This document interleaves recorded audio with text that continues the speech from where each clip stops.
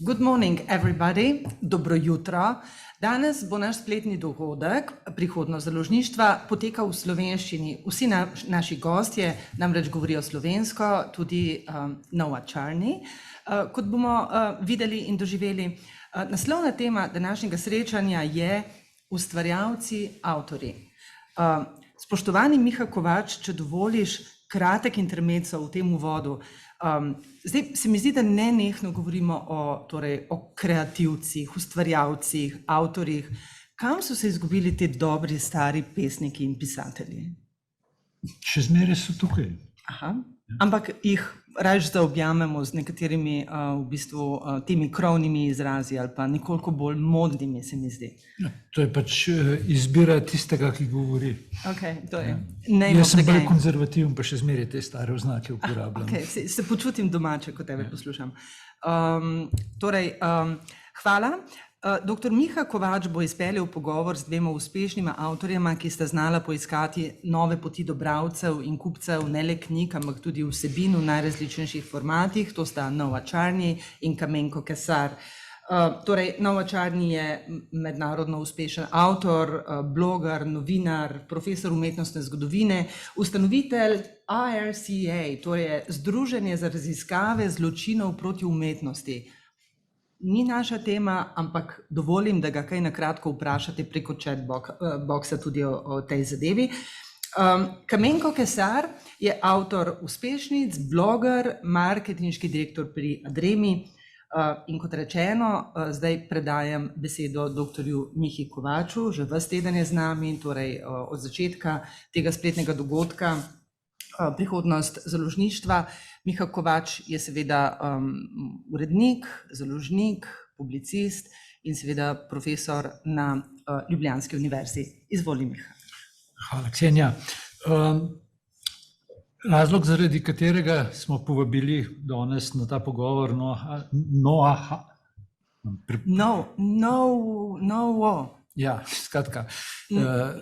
Najprej smo ugotavljali, da imamo vsi s tem H-jem težave, tako da pri sklanjanju se mu nekako ne bom mogel izogniti. Skratka, razlog, zaradi katerega smo povabili danes na pogovor Kamenka in Noaha, je zelo enostaven. Oba sta uspešna avtorja na zelo različnih področjih, vendar pa imata oba precej široke izkušnje z samozaložništvom. Tako da jaz mogoče za uvod Kamenku postavljeno zelo enostavno vprašanje, na katerega bo mogoče malo bolj težko odgovoriti. In to vprašanje je, zakaj izdajaš knjige v samozaložništvu? Oziroma, kaj bi moral biti tisti presežek pri uslugah, ki bi ti jih lahko nudili, da bi se odločil za izdajanje knjig v kakšni založbi? Živjo. Vam pa vsem skupaj, ki gledate. Jaz sem prvo knjigo izdal sicer pri Mladinski knjigi, kar je bilo neko testna izdaja, da vidim sploh, kako se zadevam streže, in s časoma sem ugotovil, da nihče, tudi še tako dober založnik, ne more biti tako strasten do mojih knjig, pa prodaje te knjig, kot sem lahko sam. To je najprej ena stvar. In začetek prodaje te knjige pri Mladinski knjigi je bil zelo dober, potem sem pa s časoma moral stvari prevzeti seveda v svoje roke, zato ker je založniki dobivajo nove in nove naslove noter in seveda se morajo usmerjati v nove prodajne priložnosti, prodati nove naslove. In jaz sem bil takrat tudi neznan kot avtor knjig, čeprav sem imel kar veliko bazo svojih bralcev na blogu. In s časoma sem seveda začel analizirati, ali lahko jaz kaj naredim boljše. In sem ugotovil, da v resnici lahko večino stvari najdem na trgu. In moja druga knjiga, ki sem jo izdal nekaj let kasneje, je bil rezultat tega, da sem preštudiral, kako samozaložništvo sploh funkcionira. Seveda moram reči, da toliko kletvic, kot sem jih izgovoril v tistem letu, in to kletvic na minuto, tako približno je bilo, nisem in ne bom verjetno v svojem življenju, ker vsak korak, ki sem ga naredil in se mi je zdelo, da mi je ratalo, me je nekdo spotaknil, pa ne nekdo, bolj kak proces, pa nek obrazec, pa sem nekaj pozabil, pa sem nekaj preveč. Tako da je bilo zelo pestro leto. Te sivi lasje, po mojem, tu ob strani so po mojem iz tistega leta, po mojem. Potem kar gre. Ko se stvari postavijo in vidiš, da imaš vse pod kontrolo, da lahko realiziraš svoje ideje, je to potem, kar mene drži praktično na gladini tega samozaložništva. Plus ugotovil sem, da če vse naredim prav, da zaslužim več za isto delo. Bi si upal dati neko razmerje, 1:2, 1:5? Razmerje česa, cene? Med prihodki, ki jih dobiš kot samozaložnik in med prihodki, ki jih dobiš od založbe. Ja, seveda. Mislim, pri 3000 prodanih knjigah, recimo prve knjige, sem zaslužil, tako ne, je prihodkov bilo dobrih 3000 evrov, nekje približno evrov na knjigo, sem pa zabil 2000 evrov, 2500 evrov na zabavo, ker sem izdal knjigo. Tako da moj zaslužek je tam bil 500 evrov ali pa še to ne. Pri naslednji knjigi, recimo pri 3000 izvodih, čeprav sem jih prodal več, je pa čistega zaslužka med 10 in 12 tisoč evrov. Čeprav to je 1:4 skoraj. 1:10, to je 1:20. Ne moreš računati. Ja. Matematično smo zelo blizu razmerja, ki je nerealno. Nič in večnostjo. Ja, čeprav je pa res, da pri drugi knjigi nisem več toliko zapravil za zabavo. Na prvi sem imel band, mi dva, pa to ful zabava, 50 ljudi, arvaj, klobasice, pa to. Tako zdelo se mi je noro. Ok, ampak če daš band stran, recimo je razmerje 1:4. Možno, ampak moram povedati, žena je organizirala prvo zabavo, tako da si je tudi malo privoščila, kartica je bila pa moja. Mislim, to tudi malo zruši razmerje. To je bila knjiga Mene ne bo noben jebo, ali kako je bilo že naslov? Ja, pa me je tako. Ja. Zdaj, če bi jaz prišel do tebe, pa bi rekel, rad bi izdal knjigo o samozaložništvu in zaslužil 10.000 evrov, kakšen nasvet bi mi dal? Da spiješ kavo, pa greš komu drugemu. Zato, ker jaz sem zelo dober zase, poznam svojo ciljno skupino oziroma tako eno svojo ciljno skupino, pa levo, pa desno, plus minus, še kaj, tako da zelo redkim bi lahko zelo konkretno pomagal, tako kot delam to zase. Zelo redkim. Pri tebi verjetno ne, razen če bi mogoče malo kakšna smer bila, ki je recimo meni blizu podobna, da bi lahko zadevo dobro izpeljal. Če ne, pa bi ti sam povedal, kaj vse sem naredil, dal ti en seznam, kje paziš, da se ne spotakneš. Si že razmišljal, da bi napisal knjigo o tem, kako izdajati knjigo o samozaložništvu in finančno preživeti? Sem že začel nekaj zbirati materiale, pa se mi je zdel ta humor toliko črn, da bom že malo počakal. Nismo še tam. Pa tudi ne verjamem v to, da povem, kaj je bila moja izkušnja. Ne bi pa rad, da ne morem obljubljati nekaj v prazno. To mi je kar malo težko, ker ne bi mogel dostaviti kar vsakemu. Ok, drugi naš sogovornik danes je Noa Čarni. Posebna atrakcija današnjega dneva je tudi to, da bo Noa govoril slovensko. Noa, ti si druge vrste avtor. Ti si objavljaš v anglosaškem svetu, tvoje knjige dosegajo velike naklade, bil si uvrščen v krog nominirancev za Pulitzerjevo nagrado, pa vendar si se za svojo, čeprav razumem, zadnjo knjigo odločil, da jo boš izdal v samozaložništvu in si pri tem uporabil tudi Kickstarter. Zakaj si se odločil za to in kakšne so bile tvoje izkušnje s tem? Torej, hvala, ker si mi klical druge vrste, ni prvo vrsto, ampak odpuščam. Ja, to sem odločil zaradi spretnosti, to je glavna stvar. Sem izdal tudi prej par knjige kot samozaložnik, ampak so bili za dobrodelni nameni, torej profita je šel za dobrodelne organizacije in sem hotel loviti kakšen poseben datum. Prvo je bilo 2011, v avgust, da je bilo 100-letni obletnico za kraj Mona Lise.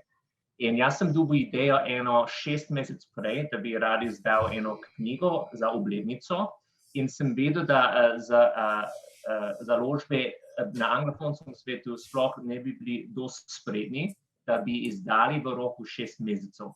Ker v anglofonskem svetu ponavadi gre takole, ker jaz imam svoj literarni agent, jaz pišem ponudbo, če gre za neleposlovje, potem masiram malo in spremenim s agentom, dokler da nimamo končna verzija, da je res bombica, potem on prodaja pri založbi in založba nič ne pričakuje, da sem že pisal knjigo, samo ponudba je pomembno v anglofonskem svetu neleposlovje. Potem obljubijo, koliko bojo investirali v promocijo in glavni commitment za to knjigo gre samo okoli ponudbo. Samo takrat naprej, ko popišem pogodbo, začnem pisati. In je čisto drugačen sistem, ampak je počasneje. Tudi zaradi tega imajo plan ponavadi 1, 2 ali 3 let naprej, da naredijo red in program za knjige, da bojo izdali. Torej, če jaz začnem danes in hočem eno ponudbo pisati, bi ziher 4-5 mesecev, dokler da nimam pogodba, če sploh imam ponudbe.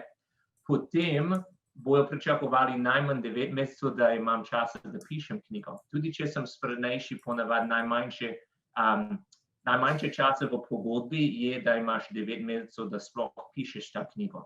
Torej, to sem odločil zaradi spretnosti pri anglofonskem svetu. Lahko pol govorimo o slovenski svet knjige, ker imam drugačne razlogi, da pogledam možnost za samozaložništvo. Ampak ta ideja pri Kickstarter je bilo lansko leto v marcu, ko je začel naša pandemijo in nismo vedeli, koliko časa bomo vsi doma.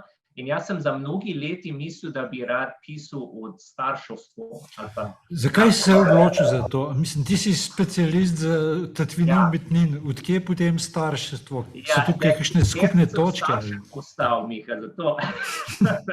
Ker sem imel otroci, sem mislil, da jaz imam posebne malo eksotične tehnike pri svoji hčerki. In sem mislil, da mogoče bo zanimivo in lahko drugi starši izkoristijo, ampak imaš prav, ker ponavadi sem znan, da pišem umetnostjo in po pravici moj agent ni bil navdušen, da grem izven ta okvir. Umetnost, kultura, kraj umetnin, tako sem znan in ni priporočil, da probam nekaj novega.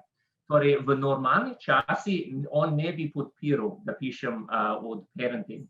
Ampak to je bilo nenormalne čase, on je rekel, ajde, ker itak celo svet založbe so bili na pauzo, lansko marc. Torej sem sam lotil in sem izbral Kickstarter, ker Kickstarter gre več ali manj za brezplačno promocijo, tudi treba plačati za promocijo zraven, če imaš možnost, da prideš do cilja. Ampak ta glavna stvar je, da toliko ljudje pridejo na Kickstarter organično, sam ker so februarčni, kaj je novega.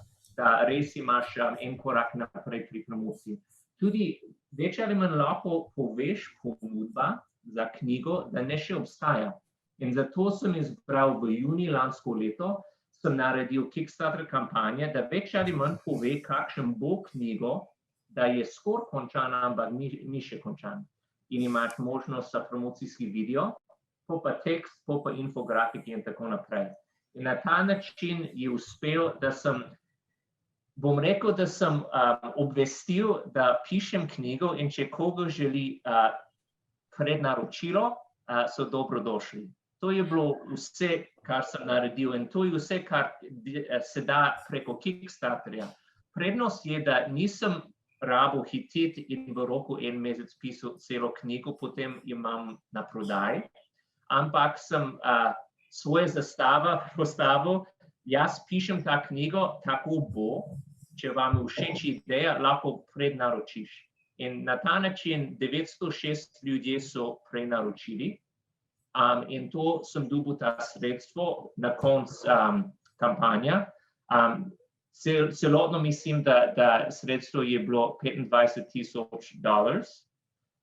In na koncu, ko sem naredil vse, to se pravi fulfillment, shipping, tiskanje in vse, 1/3 je ostal pri meni. In to je bilo v redu. Fore je bilo, da je zanimivo projekt, da sem hotel izkoristiti možnost, da vse ostali projekte so bili na pauzi, a denar ni bilo ta glavni cilj, ampak pri Kickstarter 80% kampanje so neuspešni sploh. Torej, hočeš biti v tisti 20%, da so. In potem do konca poletja sem pisal knjigo, v oktober sem poslal vsi bakerji razen Kamenko, sem pozabil, ampak enkrat ti prinesem knjigo. Torej, 905 so veseli kupci. In za me je bilo luštno in tudi, bom rekel to, poleg prodaje knjige, zdaj knjiga je na Amazon preko samožurnalski sistem KDP. Poleg tega Kickstarter dobi toliko pozornost, da so mnogi ponudbe za sodelovanje dobil, ker ljudje so mi našli, ker sem bil na Kickstarter. In naprimer sodelovanje pri kakšen video navodilo ali pa kot gostujoči profesor na kakšen tečaj ali pa da uredim kakšen poseben tečaj za starši in otroci. Tisti stvari, da so izven konteksta knjige, ampak so me spoznali zaradi knjige. Ok. Še eno drugo vprašanje za Kamenka. Ko smo midva govorila 2 leti nazaj na Ljubljanskem knjižnem sejmu, si omenjal, da je tvoj cilj, da s knjigami zaslužiš toliko, da boš lahko od tega živel. Koliko daleč si še do tega cilja? Približno 2 leti pa pol. Začel sem nekje 2 leti pa pol nazaj, se mi zdi, ta korona me je malo sesula. Časovno. 2 leti pa pol nazaj sem začel s tem planom. Plan je bil 5-letni. Rekel sem si vsaj 5 knjig v 5 letih, da imam na policah in pa potem na 2 leti lepo počasi pišem, da se zadeva nabira, da ena drugi dela promocijo. Zdaj imam 3 knjige zunaj in trenutno tako čez 2 dni imamo novinarsko konferenco za gledališko predstavo, ki jo lansiramo z Špas teatrom. Tako da se avtorska dela se počasi nabirajo. Ne bom pa mogel čez 2 leti in pol, recimo, po 5-letnem projektu se kar nasloniti nazaj pa reči, ok, zdaj pa tam temi prihajajo in ne rabim nič narediti. Bo zahtevalo neko redno delo pa redno pa izdajanje knjig. Razen, če se bo kje vmes spet naredil kakšen reroute, kot je pač tale to gledališče, bomo pač naredili tisto. Glavno, da gre v smeri avtorstva kratkih, zabavnih zgodb. To je cilj. Tisto, kar je treba pri tebi dosti jasno povedati, je to, da ti ne dobivaš subvencij, ti živiš od trga, od prodaje tistega, kar narediš, kar napišeš. Ja, nobeni subvencij. Enkrat sem celo takrat, ko sva se midva videla 2 leti nazaj, ko sem me vprašal, kako glede subvencij, sem rekel, da sploh ne vem, mislim, da pač to je. Sem šel enkrat na spletno stran, ki pač te subvencije ponujajo in po mojem je računalnik sam zaprl to stran, ker ne zmorem tega besednjaka, tam pa teh zahtev, pa to ni. Raje grem malo bolj z glavo naprej na trg. Koliko pomembni so pa pri teh tvojih prihodkih te izdelki, ki so vezane na knjige, majice, šalčke, podobne zadeve? Promocijsko, ker so kar zabavni, pa so dobro darilo, če žena možu kupi majico, žena ima vedno prav.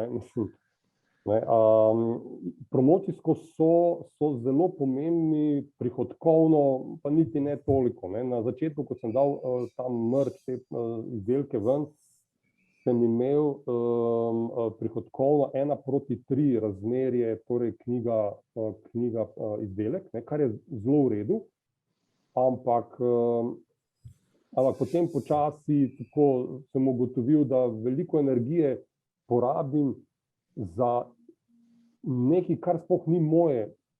Jaz ne bi rad delal tega, jaz ne bi rad v skladišču majic, pa imel majice na zalogi vseh številk, pa en tam nekaj ni dobil, pa zdaj vrniti, ne vrniti, pa mislim, nekaj sem se malo ukvarjal s tem. Še zmeraj imam te nezahtevne izdelke, kot so skodelice, pa broške, ne, ampak po moje tukaj bom prodal, pa bom pa našel nekaj spet zabavnega, pa dodal. Enkrat sem imel neoprensko srajčko za mrzlo pivo. Meni se je zdela to nora dobra ideja.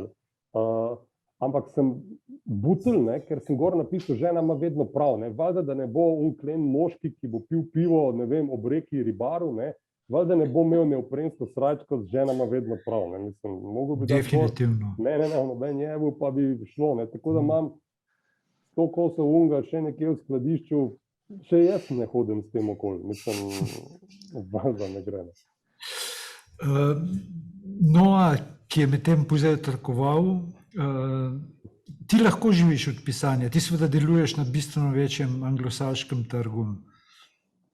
Ja, res je, pri anglosaškem trgu, mednarodnem trgu se da. Ja, in tako sem živel za mnogi let. Moj problem je bil ne zaradi denara, ampak moj domišljenje gre bistveno hitreje, kot trg absorbira. Moj agent je rekel enkrat, medije ne bo pokril več kot eno knjigo na let ali pa let pa pol. Torej, on je tisti furlan, ki ustavi konje.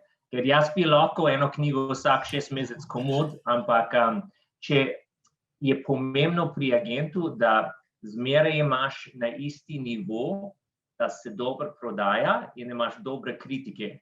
In da on skrbi, tudi on je malo odločen, katere knjige bom probal izdati, ker imam mnogi ideje in on je rekel, to bi lahko zanimivo, ampak mislim, da ne bo prodal isto dobro kot prejšnji.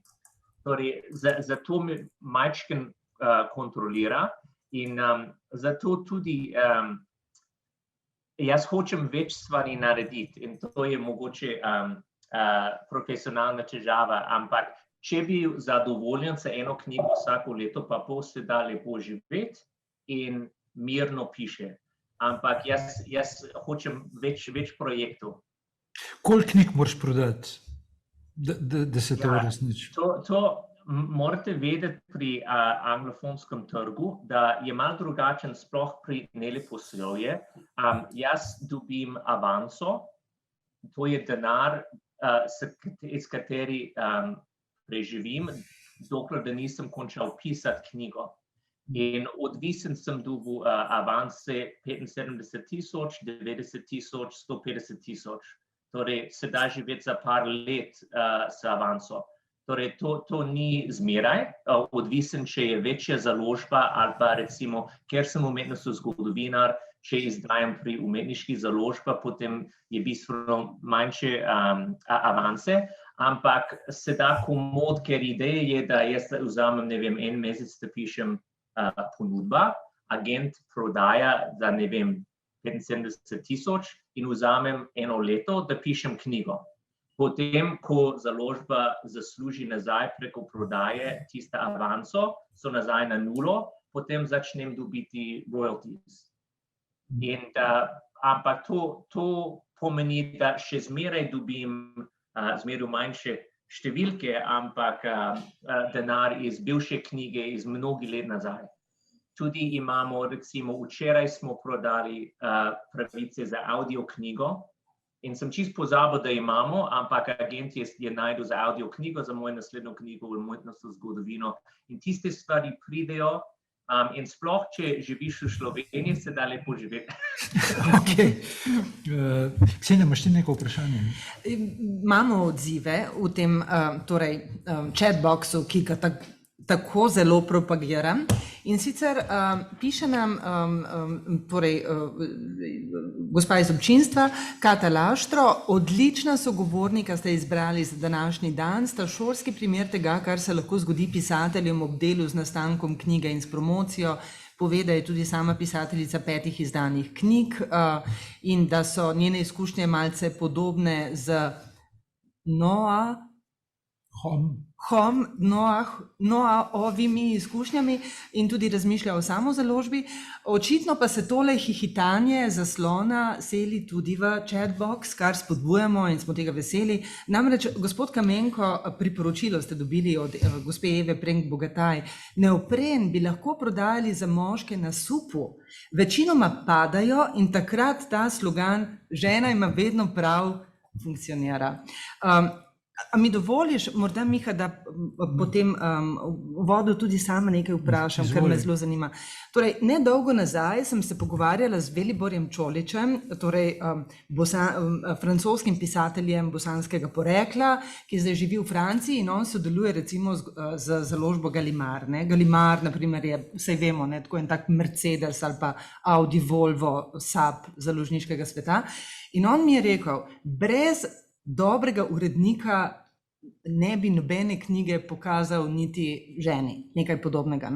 Ker pravi, pridem k tistemu uredniku, srečanje imam vsak teden, v petek pridem tja, debatirava, kaj počnem, kako počnem, debatirava tekst, debatirava vse, kar napišem, kar še bom napisal, in potem me ta človek, v tem primeru je bila ženska, tako razsuje in zmaltretira, da grem ven, sesut, besen, jezen, pomislim, da bom nehal pisati, ampak ko se usedem za računalnik, vem, da je imela prav in mi je ta pogovor z njo v bistvu neznansko oporo pri tem, kar potem počnem naslednji teden. Ne vem, jaz nisem iz založniškega sveta, ampak se mi zdi, da to v bistvu je tista vloga urednika. Zdaj, ko govorimo o samozaložbah, pa samo izdajanju in tako naprej, mislim, bravo guys, v bistvu to zmorete brez tega nekega resnega dialoga z nekom, ki ve stvari, ki jih recimo nek avtor pač ne more vedeti. Mislim, to je relevantno vprašanje, ali sem ti podrla sistem? Seveda je, ampak odgovor je seveda, da je zelo veliko odvisen od žene, ampak jaz prepuščam Kamenku pa da odgovori. Ja, dober urednik je tudi po mojih izkušnjah noro zlata vreden in jaz ga imam. In je tudi, to je nekaj, kar dobiš pri veliki založbi. Če imaš srečo, dobiš dobrega urednika ali dobro urednico, če greš po samo založbo, ga moraš pa, ali jo moraš pa najti na trgu, to storitev. In delim izkušnjo, prej omenjeno, tudi moji sestanki, uredniški sestanki so bili tak zmeri strel v srce, mislim, komaj sem se zvlekel domov, nehal bom pisati, sem rekel ženi, ne morem več, pa kaj, a kdo zdaj piše knjigo, ali jaz, ali kdo drug, ampak brez tega nima ne repa, ne glave, vse skupaj, zato ker je, izziv je predvsem v tem, ker se pri meni je tako, ko padem noter v zgodbe, pozabim, kaj vem jaz, pa mogoče ne povem, ne napišem, ne razložim, ali pa moj tok misli je lahko čisto drugačen, kot je tok misli enega bralca. In kljub temu, da to na svojih blogih zelo vadim, že leta, desetletja, je enostavno ne rabiš ogledalo in rabiš nekoga, ki te razsuje vsakeč, ko se dobiš z njim. In meni je to tako en tak prav mazohista se počutim, ko grem na te sestanke. Prav vem, ok, zdaj pa grem, domov bom prišel jokajoč na kolenih, ženi že vnaprej povem, pripravi mi neko sladico, greva pod odejo, gledala bova Razočarane gospodinje, karkoli bo, samo da me umiri, da lahko grem čez dan, tisti dan. Mislim, zelo dobro ste ponazorili to stisko, tako da hvala, razumem. Moje izkušenje je čisto drugačen, ampak zelo je odvisno od situacije. Naprimer, za leposlovje, če si nov avtor, ne boš prišel do pogodbe, in sploh do urednika, če ni že na tak nivo, da skoraj nič ne rabi pomoč. To je prva stvar. Če si že imaš renome, torej ni tvojo prvo knjigo, potem sodeluješ s urednikom, ampak je redko kdaj v anglofonskem svetu, da isti založba izdaja tvojo naslednjo knjigo. To je kot free agency v športu in lahko je vsak knjigo pri drugi založbi. Primer, tudi če si uspešen, sem izdal 2 knjige pri Phaidon, so bili zelo uspešni, najbolj uspešni v ta sezono za založbe. 3. knjigo so rekli, ne, in potem so šli na druge založbi in so več plačali, ampak nima veze, ampak ta ideja, da imaš isti urednik, da greš naprej in pišeš nove knjige in sodeluješ, to je bil v starejši leti, recimo 80 in prej, lahko je še v nekateri države, ampak v anglofonskem svetu redko kdaj. Kdo je potem tvoj bralec? Tisti prvi bralec, tisti, ki te zatre, ki reče, to je boljše, piši še enkrat. Je ponavadi agent, ampak za neleposlovje morate vedeti tudi, da odločbo, če založba bo izdal in koliko bomo promovirali in koliko kopije mislijo, da bojo prodali, je že izbran samo, ko so gledali ponudba. Nimajo pojma, kakšen bo knjiga na koncu, ampak so že odločili, mislim, da bomo x tisoč kopije prodali, bomo investirali x 10,000 v oglas in promocijo. In to bo eno izmed naše top 10 knjige in bo šlo čez let pa pol. Vse odločijo okoli ponudba. In to je zanimivo, ker lahko rečem, da ponudba je bistveno bolj pomembno za avtor kot knjigo. Ne morejo biti siguren, da bo dobil dobra kritika, ampak več ali manj založbe odločijo, kateri knjigi so dobro prodani. Razen, ne vem, 10-20% presenečenje, so prej odločili, to bo dobro prodal, ker mi bomo insistirali, da dobro prodaja. In ta odločbo je preden, da so sploh videli celo knjigo. Torej, pomembno vedeti, da avtor sploh pri neleposlovje je arhitekt in gradbenik, ampak urednik je vodja projekta. Torej, mi imamo koncept, vodja projekta, urednik pomaga, da malo spremenimo, da bo boljše za trg, potem mi pišemo in spremenimo na koncu, če nekaj smo narobe, bojo pokazali, ti moraš to na novo narediti. Jaz sem tudi imel zelo pozitivne izkušnje s vsi uredniki, zmeraj rečem ko imajo kakšno idejo, ker imamo občutek, da boljše poznajo trg kot jaz. Ampak, na primer, pri Phaidon, moja urednica je prevedla iz ameriške angleščine do angleške angleščino in ona je hecala, da ona bo naredila, da je British critic proof. To pomeni, da ona ve, kaj angleški kritiki bojo pikali in glavno je bilo moj ameriški navdušenost in mi Američani imamo radi superlative.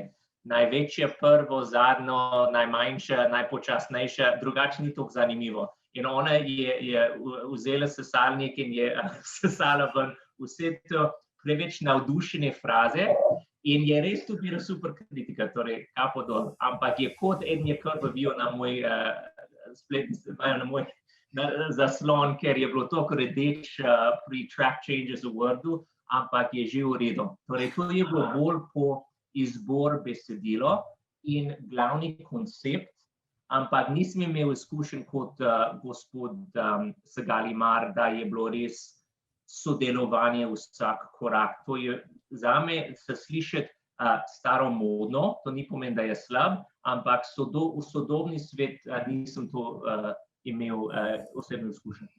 Misliš na angloameriški svet? Ja. Zdaj, eden od razlogov, zakaj smo vas smo vaju povabili na ta pogovor, je tudi ta, da ste se odločili za nekaj zelo nenavadnega. Namreč Kamenkovo knjigo imata namen lansirati na angloameriški knjižni trg oziroma na anglofonski knjižni trg, kot bi temu rekli. Ko sem jaz to slišal, moram priznati, da me je to malo presenetilo, zato ker so se mi Kamenkove zgodbe zmeraj zdele nekako, kako bi rekel, specifično slovenske, morda z blago štajerskim priokusom. In zdaj me zanima, kako mislite to tržiti, kako mislite to vsebino univerzalizirati, tako da bo sprejemljiva tudi za nek širši mednarodni prostor? Boš ti prvi. Ja, jaz sem imel veselje, da sem to prevedel. Smo končali par tedni nazaj. Lih včeraj v posteljo sem bral in sem popravil par tipkovne napake in sem se legel. Torej, je dober znak, če mislim, da je še zmeraj smešno. In zame je zanimivo in posebno, ker je bolj, jaz bom rekel, evropejski način navodilo za srečen življenje s soprogi. In lahko rečem, da je, ne vem, ex-jugoslovansko ali pa balkansko, ampak jaz bom rekel kontinentalno-evropejsko. Ker to je modno sploh pri, recimo, parenting, naprimer, da so bili zelo uspešne knjige, kitajski način parentinga, nizozemski način, danski način, francoski način, so bili vsi uspešni. In če šaltamo ta ideja, kako je mogoče na pol smešno, na pol življenjepis, na pol navodilo, kako drugam uredijo in vozijo te odnosi, lahko da je zelo popularno. Torej, mislim, da to je ta glavni plus. In je boljše, da Kamenko ni Anglež ali pa Američan, ker so dosti na trgu tisti humoristični eseji o osebno življenje, ampak njegov eksotičnost je plus. In jaz nimam občutek, da je preveč slovensko, je bolj, ne vem, adriatsko, da je malo eksotično, na opatije grejo na poroko in tako naprej. In to je plus, ker ni vsakodnevno. Pri promociji bom pustil mikrofon Kamenko. Mogoče še glede tega, ali je to zdaj kaj več kot pa samo slovenski humor, tega ne veš, dokler ne daš ven iz sebe. Ampak jaz sem opazil, da glede na to, da se v poslovnem svetu gibljem pač globalno, da moj način humorja je v veliki večini sprejet, ne glede na to, ali se pogovarjamo zdaj z Avstralcem, Evropejcem, Angležem, Američanom, in je vidim, da zadeva funkcionira. Seveda so določeni detajli, ne vem, ulice, pogovarjala se, a zdaj morava pri imenu mesta Zadar napisati, da je to town Zadar, ali bodo vedeli, da ni to neka riba, mislim, jadranska. Tako, te detajle mogoče je bilo za stiliti, ampak ni kaj druga, kot probati. Mislim, vse noben od naju ne ve, kaj je. Je pa res, da sva oba malo mazohista, dajmo probati, dajmo nekaj denarja, pa veliko resursov noter v to, pa da vidimo, kaj bo. Promocija pa, imela sva včeraj eno dosti močno debato glede promocije same, kako bi. Sam nisem ravno na Kickstarter tako vezan, pa ne vidim tako kot svojega, kot svoj kanal, kot ga vidi Noa, tako da bomo verjetno šli najprej z enim klasičnim kanalom, kar je Amazon, in potem bomo pa okoli tega delali kudiča in pol. Karkoli se bomo spomnili, si malo že par idej, ki so kar malo odpuljene. Bomo videli, kaj bomo naredili. Imamo neko bazo, jaz mislim, da tako na oko lahko prideva skupaj, sicer v razmerju 1:100, lahko prideva skupaj do kar nekaj Angležev pa Američanov. Noah pride do 999, ni jaz imam enega. Jaz ti ne 3 posoden. 903 zdaj. Ja, mislim, tako bom hodil po ulici pa zbiral, kdo pozna koga, da mogoče kaj poče. Ampak probali pa videli, tako kot pač se danes tudi v marketingu dela, ko si sam, ne, greš, testiraš, če ne rata, poskusiš znova, testiraš, na srečo so komunikacijski kanali danes tako poceni, da lahko mikrotargetiraš z mikrobudžeti, že preveriš, ali zadeva funkcionira ali ne. Mogoče dobro, Kamenko, če razložiš publike, kako to je zgleda, ker to je ključna stvar, to je razloga, da lahko res prodamo pri samozaložniško, pri socialnem mreži, tisto micro-targeted. Če te prav razumem, bo to Kindle Publishing Direct. Ja, verjetno. A veš, kaj je najlažje, ker Amazon sam ponudi tisti micro-targeted oglasi, možnosti, da ti izbereš eno knjigo, da je že na Amazon in ljudje, ki zanimajo ta knjigo, bojo potem videli tvojo. In na ta način on lahko izbere, ne vem, David Sedaris ali pa nekaj takega in potem, ko ljudje iščejo ta znan avtor, Amazon bo ponudil od Kamenko knjigo. In to je že integriran, če izdajaš preko Amazon, torej en korak lažje. In že imaš publike, ki iščejo humoristične knjige. Ampak tisti preko Facebook in Instagram, to je cel znanstvenost in to je toliko močna orodja in ni treba investirati preveč denar in takoj vidiš, če je uspešen ali pa ne, da je res ta glavno orodje za samozaložništvo, za promocijo. Kako boste v tem kontekstu definirali ciljno skupino? Koga boste ciljali? To je, bom rekel, lažji del, zato ker začneš in ne veš, kaj bo in ne, tako se lahko kar igraš, ampak recimo, sigurno bo treba malo raziskave narediti, ne vem, recimo, če bova šla na ameriški trg, katera obala je malo bolj liberalna, recimo, pa rečemo, ok, to je vzhodna obala, gremo v New Jersey, v Sloveniji sem videl, da so ciljna skupina žensk od 35 do 60, recimo, ne, pa rečemo ženske 35 do 60, New Jersey, imajo rade knjige, so potovali v Evropo, rade so brale, ne vem, Davida Sedarisa, recimo, ne, ali pa gledajo, ne vem, Seinfelda ali kaj takšnega. In hitro prideš do nekega mikrotargetinga, ne vem, 4-5 tisoč oseb, ali pa celo mogoče 1/4 v New Jersey, ne vem, karkoli, ne. Prideš do par tisoč mikrotargetinga, tja noter daš 5 evrov in vidiš, ali zadeva funkcionira, ne, se učiš in greš naprej na, ne vem, oddelaš Brooklyn, ne, pa tako počasi naprej, ne, do Bostona, Memphisa, pa potem Hollywood. Se pravi, če te prav razumeš, ok, pustimo Hollywood, primeru niso itak zmešani, ampak če te prav razumem, ti boš odbiral neke geografsko zaključene enote z posebnimi demografskimi skupinami in boš počel ponedeljek ta skupina, v torek ta, v sreda ta in v to boš vložil koliko? A si to resno mislil s 5 evri ali dejansko prideš? Pravzaprav sem celo malo pretiraval, ne. Ne bomo šli na ponedeljek, torek, to je recimo že zdaj za moje knjige imam aktivnih okoli 40 oglasov. 40 oglasov, ki imajo malo drugačen naslov, ja, malo drugačen naslov, malo drugo barvo, malo drugačen mikrotargeting, ne. In 40 oglasov daš ven, na vsakega daš 1 evro, da dela in se zelo hitro vidi, kateri oglasi delajo in kateri ne. Tisti, ki ne delajo, enostavno ugasneš in nadomestiš z drugimi. Če gremo recimo na ameriški trg, verjetno bomo imeli istočasno, ne vem, vsaj ne moramo jih imeti preveč, zato ker to rabiš tudi ljudi, ki spremljajo, ne, pa delajo, ampak recimo, da jih bomo imeli, ne vem, med 50 in 100 oglasov istočasno. Na vsakega bomo dali, ne vem, $2, to je, ne vem, $200, v tednu dni bomo hitro videli, kaj se s temi oglasi dogaja, učili se bomo iz tega in potem počasi napredovali. Mi ne rabimo v enem mesecu osvojiti trga, mi se moramo v pol leta naučiti o trgu to dovolj, da lahko rečemo, ok, zdaj smo testirali, zdaj gremo pa namesto 1 evro na oglas bomo dali pa, ne vem, kampanjo par tisoč evrov, pa bomo šli malo bolj konkretno, pa tudi na Amazonu nam bo pomagalo, ker bomo razumeli, kako ljudje reagirajo, bomo na Amazonu delali, ne, bomo pilili podrobnosti, zato da bomo več dobivali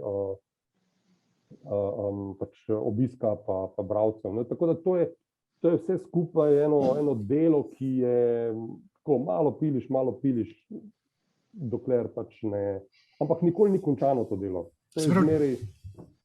Čeprav razumem, osnovni koncept je ta, ti daš knjigo na Amazon, targetiraš kupce prek družbenih omrežij in v bistvu na dnevni ravni vidiš, kaj se ti dogaja s prodajo na Amazonu in potem na podlagi tega korigiraš svojo strategijo.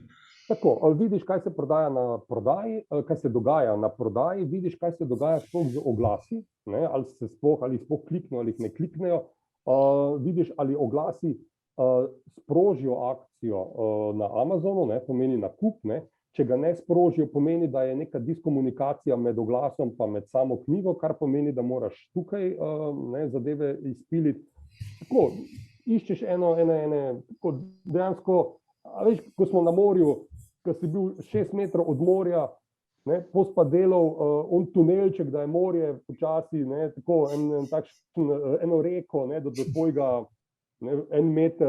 metrske luknje, ki so pri svoji brisači naredil. Ne. To je to. Ne. Ves čas moraš malo čistiti te kanale, zato da počasi pritaka in potem enkrat upaš, da se bo to ulilo v tvojo jamo, preden greš domov, no, preden te starši nazaj. Kdaj štarta? Ja, nimava določenega štarta, zato ker zdaj so v fazi, da delava tipkarske, pa še eno branje čez. Naslovnico bova morala spremeniti, tudi ime, žena ima vedno prav, bova dodala skoraj zmeri prav, ne, zato ker to zelo podpiram. Ja, malo ne razume, ne. Malo je humor preveč menj za njih, ne, čeprav realnost je tudi tu nekje, ne. Tako da jaz sem se že bal, da bo naslov knjiga prevod mene ne bo noben jebal. To me malo skrbi. Glede na puritanstvo, ki danes vlada v anglo-ameriškem svetu. Ja, sem testiral idejo med svojimi ameriškimi kolegi na obeh obalah, ne. Na nobeni obali ne pride čez. Tudi vmesne. Ne, tudi razen če dam zvezdice, ne, F pa 3 zvezdice. Pa. Ja. Ampak ne bom se slepil, na svojem avtorskem delu se ne bom slepil, tudi za ceno, da ne prodam. Ok, jaz vama obema želim veliko sreče s tem projektom. Res bi bilo super, če bi uspel, to bi bil izjemno zanimiv eksperiment, tudi zame, ki se ukvarjam z analizami založništva. Lahko bom napisal super študijo o vama in tudi če vama ne bo uspel, bom lahko to naredil, tako da se v vsakem primeru tega projekta res veselim. Ksenija, imaš ti že kakšno vprašanje? Ja, jaz bi želela, da ostanete še nekoliko z nami. Imamo namreč vprašanje iz občinstva. Zaenkrat eno, ampak sem prepričana, da se bo zdaj odprlo, tako da nimamo ne vem koliko časa, ampak dovolj, da odgovorimo na vsa vprašanja. Tako, preden gremo potem na odmor. Ampak naprej, mislim, da se je tamle gospa Eva Preng-Bogataj že, kako se reče temu lepo slovensko, unmutala, ne? Torej, ja, izvolite. Jaz se ne morem zadržati. Lep pozdrav vsem. Najprej prvo vprašanje Kamenko. Eva, izvolite. Ja, a me slišite? Ja. Slišimo. Kamenko, prvo vprašanje. Zakaj ne greš na Kickstarter? Lej, zdaj imaš tamle Noaha, vse ti je povedal, kako se dela, pa 1/3 zaslužka, se pravi, če štartaš na 100.000, je to v redu vsota za začetek. Kickstarter nisem jaz. Ja, pa sej bo Noah naredil, he will do the job. Ne, nisem jaz. Ne, nisem jaz, tako kot nisem jaz Mercedes, recimo, ne. Jaz sem Subaru, gost, korenine, blato, ne. To ni Kickstarter. Kickstarter je zame ena sterilna platforma, kjer mora biti vse lepo in prav in Bog ne daj, da bi kihnil, ko ti gre na kihanje, ne, ali se popraskal, če te srbi, ne. Tako da bom Noahu prepustil to ekskluzivo med nami. Ok, potem pa drugo vprašanje, se pravi, več ali manj tvoja promocija gre prek social media, prek družbenih omrežij, če sem prav razumela, v to vlagaš, kar pomeni, da imaš za sabo stroj oblikovalca in nekoga, ki izvaja digitalni marketing, ki zna brati analize, ki zna pogledati v Facebook in tako naprej. To je stroj kolikih ljudi? Takole je, ne, stroj se lepo sliši. Drugo knjigo, to pomeni Žena ima vedno prav, sem to vse naredil sam z enim oblikovalcem, ki mi je pomagal torej oblikovati, pa postaviti spletno stran, pa spletno trgovino. Ne. Zdaj, kako zadeve pač gredo naprej, ne, je, pa moja žena piše, ne, pa imamo zdaj spletno trgovino, kjer je že več knjig, ne, pa to se bo še razvijalo, je ta stroj, torej oblikovalec, potem je ena punca, ki dela skratka cel digital marketing na to temo in jaz, kar pomeni, 3 smo trenutno, no. 3 smo na tem. No, ampak če je Subaru, ima na 4 pogon, pa je v redu. Zmeri, ja. Četrtega zaenkrat še, mislim, vse so tudi vsebinci, ne. So vsebinci, ampak so bolj začasni, no. Tako da med vsemi temi 3 ali 4 vsebincami sem jaz še, v prvi fazi sem še zelo aktiven, potem pa sem vedno manj, ne. Zato, ker potem mašinerija dela, ne. Potem je to treba dnevno delati. Ne. A pa to pomeni, zdaj si rekel Facebook, a delaš tudi kaj na Instagramu, Googlu, na Gmailu, YouTubeu, karkoli? Vse sem poskusil, Facebook se je izkazal za mojo ciljno skupino še daleč najuspešnejši kanal za promocijo. Prodajo. Ja, daleč najuspešnejši. Kje pa si trenutno na prodaji? Samo še to, Ksenija, vidim, da bo že Vidiš, da druge vaje. ura, birit. Ja, evo, samo Nisem še to. razumel vprašanja. Trenutno, kje sem na prodaji? Kje si na prodaji zadnje knjige? Na kateri številki cirka se giblješ? Zadnja knjiga je bila izdana junija lani med korono, ne? Tako da sem tam približno okoli 3000. Super, super. Ja, za nič promocije, razen to, kar je pač po digitalno ne bilo. Super, hvala. Eva, mislim, da moraš še nekaj vprašati zdaj Noa. Ja, ker čaka, ja. Ja, Noah, kaj imate problem s tem H-jem? H je čist lep, Noah naj bo Noah in Noah H. Nema tu. Ja, Noah, nič, koliko časa na dan? 20 sekund. 20 sekund. Koliko časa na dan pišeš, evo, samo to? Jaz pišem ponavadi uro pa pol na dan, približno 1000 besede. To je cilj. Če imam ekstra časa, pa juhu. Kar pomeni, da razmišljaš vmes, ko tečeš in da tisto, kar napišeš, je končna oblika in noben urednik ne bo spremenil. Ja, še pol ure sam se uredim, ampak potem je dosti dobro. Jaz nič ne iščem Nobelove nagrade. Če je dosti dobro, pa ni problema. To pomeni, da smo slovenski avtorji očitno mazohisti, ker rabimo nekoga, ki nam kripije, da kaj dobrega naredimo. Ja, res je, nič trpečega, nič bolestnega ni v naših gostih. To se mi zdi fenomenalno. To našo predstavitev, okroglo mizo, pogovor pripeljali k koncu. Lepo se zahvaljujem Novi, Mihi. Ja. Miha, bi še nekaj dodal? Jaz bi samo še to rad rekel. Mi smo imeli, z Kamenkom smo imeli prvi pogovor na to temo 2 leti nazaj. Jaz si zelo želim, da bi se lahko slišali tudi v času knjižnega sejma in naredili malo pregleda tega, kakšne izkušnje imata z mikrotargetiranjem v spodnjem New Jerseyju in s podobnimi zadevami. No, takrat bo že marsikaj znano, ne?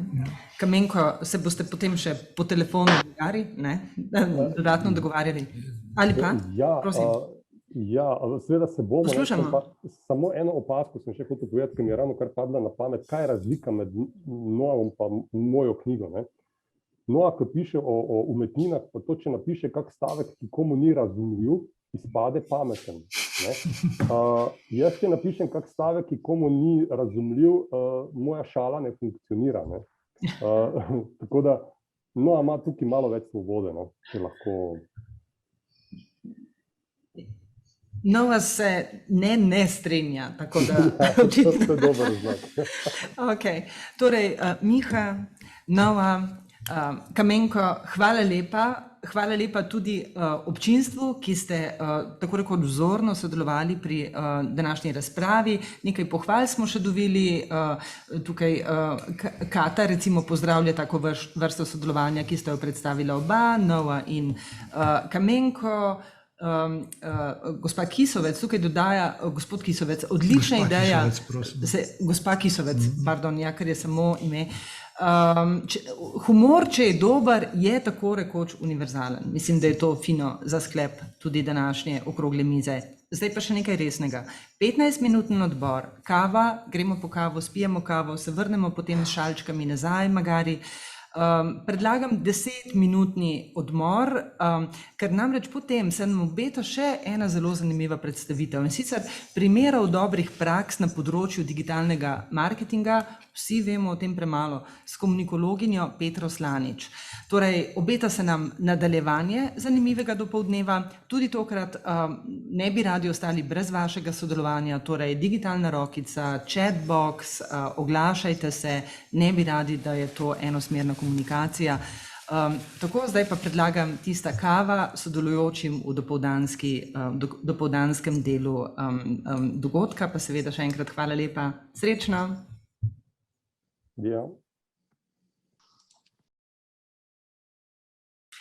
Pozdravljeni. Na vrsti je predavanje in tudi predstavitev konkretnih primerov dobrih praks na področju digitalnega marketinga s komunikologinjo Petro Slanič. Nekaj besed o njej. Torej ima 2 desetletji bogatih izkušenj v marketingu in v odnosih z javnostmi. V zadnjem desetletju se ukvarja z vsebinskim in digitalnim marketingom, pohvali se lahko z vodenjem marketinških aktivnosti spletne knjigarne Beletrina, ki je pod njenim vodstvom v letu 2020 povečala promet za več kot 600% v primerjavi z letom prej. Za Studio Moderna je vodila spletno komuniciranje projekta Dormeo, Spalec 2019, katerega cilj je bil pridobiti čim več kontaktov, prijav.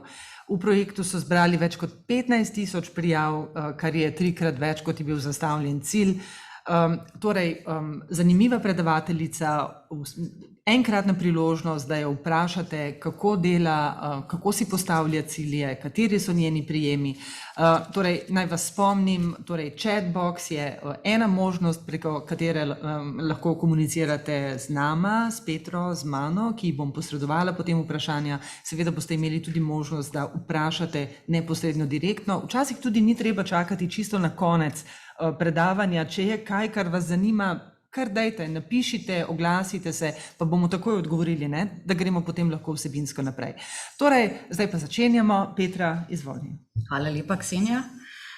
Dober dan vsem. Hvala lepa, da ste danes z nami.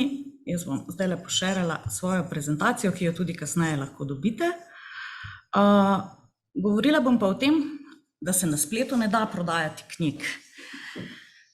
Tukaj najkar že v začetku povem, da se na spletu seveda da prodajati knjige, ker me je že Ksenija zatožila, da smo na Beletrini to tudi dokazali. Ponavadi, ko meni kdo reče, nekaj se na spletu ne da prodajati, jaz rečem, komu se ne da. Skratka, da se na spletu prodajati pravzaprav vse. Moramo povedati, kaj delamo, koga nagovarjamo in kako priti do svojega cilja. Danes bi nekako začela z enimi osnovami, kaj digitalni marketing je, kaj vse zajema, nekaj malega imam primerov, želim si pa tudi vaših vprašanj oziroma vaših izzivov, mogoče se srečujete s kakšnim vprašanjem na tem področju, pa nimate koga vprašati, kaj narediti ali pa se vsaj posvetovati ali pa podeliti svojo izkušnjo. Tako da, kot je že Ksenija vas pozvala, odzovite se, dvignite digitalno rokico ali kako že in lahko se tudi seveda v klepet, v chat okno oglasite. Tako da želim, da je to interaktivna zgodba, da pokažemo, da se na spletu ne samo da prodajati knjige, ampak se da tudi narediti eno predavanje, v katerem sodelujejo tudi udeleženci. Pa začnimo na začetku. Kaj digitalni marketing sploh je? Digitalni marketing je torej uporaba novih medijev ali digitalne tehnologije za doseganje marketinških in poslovnih ciljev. Mislim, da je to precej jasna opredelitev. Digitalni marketing je pravzaprav en komplementarna zgodba tradicionalnemu marketingu. Danes pač marketinške aktivnosti brez tega digitalnega segmenta ne obstajajo več. Veliko je pač vprašanj, ker seveda digitalni marketing zahteva široko znanje in zavzema veliko kanalov in veliko različnih tehnik, Tako da se vsake toliko priplava na površje en kup enih buzzwordov, kako smo mi to slovensko prevedli, brenčavke, a ne? Tako da včasih ne vemo, kako stvar umestiti, kam, ali je pomembna ali ni. O tem bi rada predvsem danes z vami govorila. Če nadaljujemo, verjetno ste slišali, da obstajata tako imenovan outbound in inbound marketing, po slovensko bi to bilo izhodni in vhodni marketing. Če govorimo o outboundu, torej o izhodnem marketingu, gre pravzaprav za tradicionalni marketinški pristop, ko podjetje začenja komunikacijo. Torej, če si predstavljate enostavno podjetje, organizacija naredi neko oglaševalsko kampanjo in začne komunicirati s svojimi potencialnimi strankami. Dočim vhodni marketing, torej inbound marketing, je pa nasprotje tradicionalnemu marketingu, saj komunikacijo z podjetjem oziroma organizacijo začenja kupec. Kaj to pomeni? Bom zelo praktična.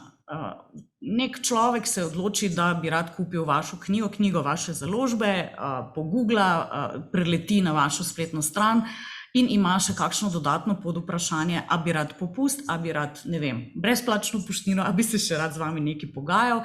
Skratka, on stopi z vami v komunikacijo prvi. Ne vem, napiše mail, izpolni nek obrazec na spletu in tako naprej. Tako da to je ključna razlika med outbound in inbound marketingom. Vrste medijev, to je zdaj ena modernejša, bom rekla, čeprav se že kar nekaj let uporablja, razdelitev medijev v marketingu in sicer na 3 segmente. V nadaljevanju jih bomo še malce bolj natančno obdelali, in sicer torej lastniški mediji, plačani mediji in prisluženi mediji. Lastniški mediji so tisti, s katerimi ustvarjate, ki jih ustvarjate in z njimi upravljate sami. To so, kot boste v nadaljevanju slišali, recimo vaša spletna knjigarna. Torej, vi ste tisti, ki ste jo postavili in vi ste tisti, ki z njo upravljate. Plačani mediji so, dejansko je to zajema vse oglaševanje, torej vse, kar se plača. Tudi tako imenovane PR članke, za katere ne morem slišati, ker to so pravzaprav navadni oglasi. Prisluženi, torej earned mediji so pa publiciteta. Torej tukaj pa gre za dejanski vpliv odnosov z javnostmi, ki se zrcali potem v brezplačni publiciteti. Torej zaslužimo si, da nekdo o nas, o naših zgodbah poroča. Nadaljujemo z lastniškimi mediji. Kot sem omenila, prvi od teh owned medijev je spletno mesto oziroma spletna knjigarna. Drugi del pomemben je recimo vaša baza kontaktov. To so lahko kupci, to so lahko interesenti, ki so se recimo prijavili na vaš e-mail marketing, torej na e-poštni marketing. In družbena omrežja so tudi lastniški mediji in to delno. Zakaj sem napisala tukaj delno? Zato, ker ste vi pravzaprav gost v družbenih omrežjih in morate tam spoštovati njihova pravila. Torej, pravila se lahko zelo hitro spremenijo in lahko ostanete praznih rok. Pri spletnem mestu in pri bazi kontaktov je to vaša lastnina. Tako da bi tukaj na tem mestu poudarila, da kar se tiče lastniških, torej owned media, ukvarjate se največ s tem področjem oziroma s tem delom medijev. Tukaj imate neposreden vpliv. Če govorimo o spletni knjigarni, nadaljujem še malce globlje, absolutno seveda prva stvar je naj bo prijazna uporabnikom. Uporabniki na spletu imamo danes neke svoje zahteve, pričakovanja, pravzaprav točno že pričakujemo, kje bo košarica, kje bo banner, kje bojo novice in pričakujemo, da bo vaša spletna knjigarna postavljena tako, kot so postavljene največje spletni portali oziroma spletne trgovine na svetu. Knjigarna mora seveda slediti poslovnim, marketinškim in komunikacijskim ciljem organizacije. Neprestano jo izboljšujte, tukaj ni nikoli konca, tudi če ste ravno kar naredili novo spletno knjigarno, ki izpolnjuje čisto vse zahteve, verjemite vi, da se bo vsaj najkasneje v 6 mesecih zgodilo, da boste želeli nekaj izboljšati, ker boste ugotovili, ali da ne deluje, ali se bojo pojavili neki novi načini, neki novi prejemi. Tako da načrtujte torej tudi proračun za vzdrževanje in izboljševanje same spletne knjigarne.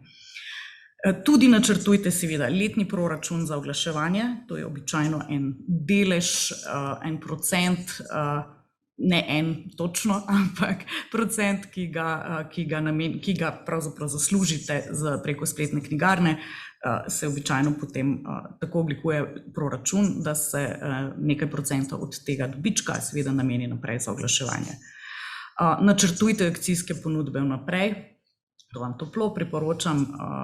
Zelo fajn je tudi, če imate že kakšno akcijsko ponudbo vnaprej pripravljeno, da lahko čim prej reagirate, če je potrebno. Odzivajte se na trenutne razmere in dogajanje v družbi, bodite fleksibilni. Zdaj, tukaj lahko dam mogoče kot en primer, ki se je nam na Beletrini zelo lepo poklopil, in to je bila izdaja knjige kuharske monografije Ane Roš, Sonce in dež, ki je bila izdana, če se ne motim, nekaj dni prej, preden je ona prejela 2 Michelinovi zvezdici. Tukaj je bil timing perfekten, ker se je vse, tudi publiciteta, ki jo je Ana Roš pridobila z Michelinovimi zvezdicami. Novinarji so jo zelo lepo poročali tudi o tem, da je pravkar izšla njena knjiga tudi v slovenščini, kar je seveda za nas bila dvojna zmaga. Izvajajte aktivnosti vsebinskega marketinga. Mislim, da je tukaj predvsem pri založnikih problem v tem, da imamo preveč vsebin in ne premalo kot pri drugih podjetjih.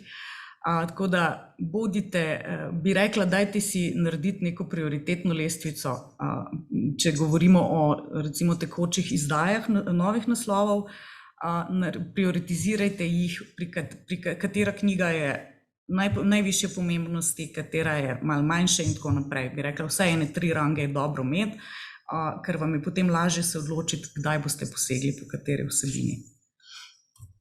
Če nadaljujemo z bazo kontaktov, ki je seveda tudi owned media, torej vaša lastnina, zelo na grobo bi jo lahko razdelili pravzaprav na 2 konca, na 2 dela. Baza kupcev, torej tistih, ki so pri vas že opravili nek nakup in imate dovoljenje za obveščanje oziroma njihove kontakte. Naš osnovni prodajni cilj je seveda povzročiti pri kupcih ponovni nakup, torej iz enkratnega nakupa, torej iz osebe, ki je enkrat naredila nakup, dobiti redno stranko. Baza interesentov, tukaj imam v mislih razne prijave na ljudi, ki so se prijavljali na nagradne igre, ki so se prijavili prek vaše spletne strani v vaš e-poštni marketing program. Spet, kaj je naš osnovni prodajni cilj? Prodati prvo knjigo. In ko prodate prvo knjigo, seveda interesent postane kupec, in kaj je potem naslednji cilj? Seveda povzročiti ponovni nakup. S čim se ukvarjamo, ko govorimo o bazah podatkov? Ključno je, da neprestano delamo na pridobivanju novih kontaktov. Torej, vsi si želimo imeti bazo vseh bralcev v Sloveniji, pa če se vrnem na to, kar smo govorili pred 2 dnevoma, 50% Slovencev bere, torej lahko rečemo, da bi ta baza potem morala vsebovati 1 milijon kontaktov. Nažalost pač sem realna in verjamem, da ni založbe v Sloveniji, ki bi imela 1 milijon kontaktov, ampak seveda na tem delamo, neprestano pridobivamo nove kontakte. Kako? Recimo preko smiselnih, torej vsebinsko povezanih nagradnih iger. Vsekakor ne podeljujte iPada, če ste založba, lahko pa podarite bralnik, če jih prodajate, ali pa svojo knjigo, ali pa neko vsebino, ki je z vami povezana. En način pridobivanja novih kontaktov so tudi recimo prijave na dogodke, kjer pač ljudi prosimo, da nam hkrati, ko se prijavijo na dogodek, dajo tudi dovoljenje za obveščanje. Pri vsem tam seveda ne pozabite na GDPR, slavni GDPR, in na seveda naš zakon o varstvu osebnih podatkov. Kaj še početi z bazo kontaktov? En naslednji korak, ki pa je danes že pravzaprav stalnica, je CRM, torej upravljanje z kontakti, segmentiranje strank in pripravljanje posebnih ponudb za segmente strank. Opazujemo recimo pri strankah, koliko nakupov so pri nas opravili, v kakšnem časovnem razmiku, in glede na te podatke jih razvrstimo v različne segmente in lahko za njih seveda pripravimo posebne ponudbe, ki jih komuniciramo potem preko e-poštnega marketinga, marketinške avtomatizacije, SMS marketinga, klicnega centra in verjetno se boste spomnili še kakšnega načina. Na tem mestu bi vas mogoče opozorila na eno luštno marketinško avtomatizacijo, ki jo lahko naredite v nekaj minutah, če so le stvari pravilno povezane na vaši spletni trgovini, in to je, da ko se vam nekdo nov interesent prijavi v vašo bazo kontaktov, naredite pravzaprav avtomatsko povratno e-pošto, v katerem pošljete neko sporočilo dobrodošlice, pa po možnosti še kakšno manjšo ugodnost. Ali je to popust pri prvem nakupu, ali je to mogoče brezplačna poštnina, nekaj takega. Skratka, tukaj zadenemo namreč trenutek, ko je človek ogret za nas, ki se je ravno kar prijavil na naše e-novice, torej ga zanima, kaj počnemo, in s to marketinško avtomatizacijo ga dejansko poskušamo potegniti v tako imenovan prodajni lijak, o katerem bomo še govorili, in ga poskušamo hitro iz interesenta spremeniti v stranko. Lastniški mediji, tudi družbena omrežja spadajo pod to, kot smo rekli, delno, vsega sami ne moremo, pravil Facebooka ali drugih omrežij ne moremo sami spreminjati, tudi na njih ne moremo vplivati. Tisti, ki se s tem ukvarjate že dalj časa, veste, da se je recimo pred 10 leti dalo na Facebooku večino stvari, za katere danes plačujemo, dobiti v narekovajih zastonj. Torej, če smo imeli 10.000 sledilcev, smo jih 9.900 dosegli z organskimi objavami. Danes je ta procent mogoče 10 do 15%, vse ostale moramo pa targetirati z oglaševanjem, torej plačati za to, da jih dosežemo. Bodite tam, kjer je največ predstavnikov vaše ciljne skupine. Boste v nadaljevanju, imam eno slikico, ki vam bo povedala, kje to je v Sloveniji. Zastavite si merljive cilje in KPI-je, to so ključni indeksi, pomagajte mi, ključni Key Performance Indeksi v angleščini. Ta digitalni marketing ima na žalost izjemno veliko tujk, ker jih še nismo vseh poslovenili. Tega sicer smo, mislim, da je to ključni kazalnik uspeha, nekaj takega bo. Skratka, zastavite si cilje in te KPI-je, torej indekse, ki jih boste spremljali, mesečno jih spremljate in tako boste videli, ali ste na pravi poti in ali je treba mogoče kakšen cilj prilagoditi realnemu stanju. Z objavami na družbenih omrežjih spodbujajte odziv sledilcev, zato ste tam. Engagement je ključna zgodba. V bistvu vsako objavo vplivamo oziroma spodbujamo algoritem, ki ždi od zadaj in gleda vse, kar počnemo, in če vidi algoritem, da imamo dober engagement, seveda misli oziroma meni, da smo mi super kredibilni, da nas imajo ljudje radi in potem še bolj prikazuje naše organske objave. Vsebinsko časovno uskladite organske in plačane objave. To pomeni, da seveda nekako uskladite vsebine, kar gre na vaš timeline, torej časovnico, torej kaj organsko objavljate in kakšne kampanje oglaševalske hkrati izvajate.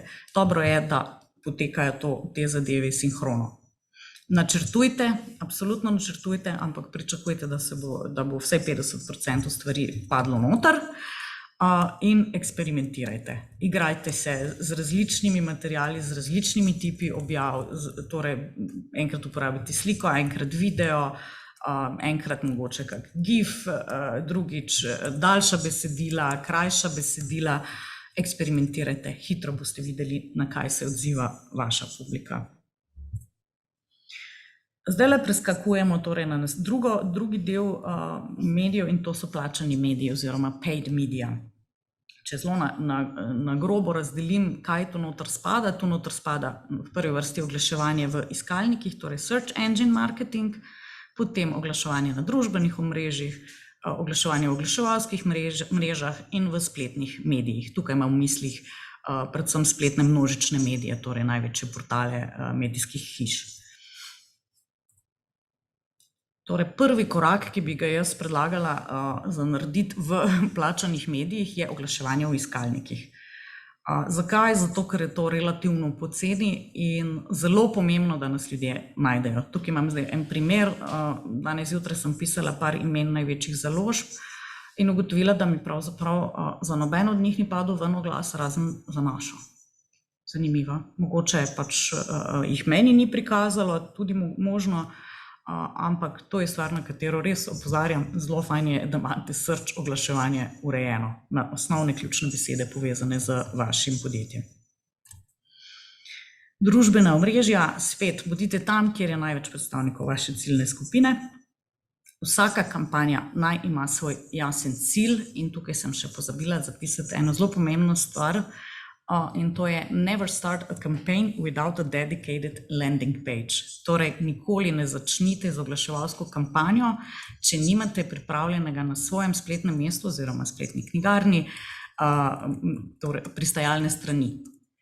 Zakaj? Zato, ker pričakujemo seveda kot kupci, da nas boste z oglaševanjem pripeljali direktno in točno do tiste informacije, ki nam jo prodajate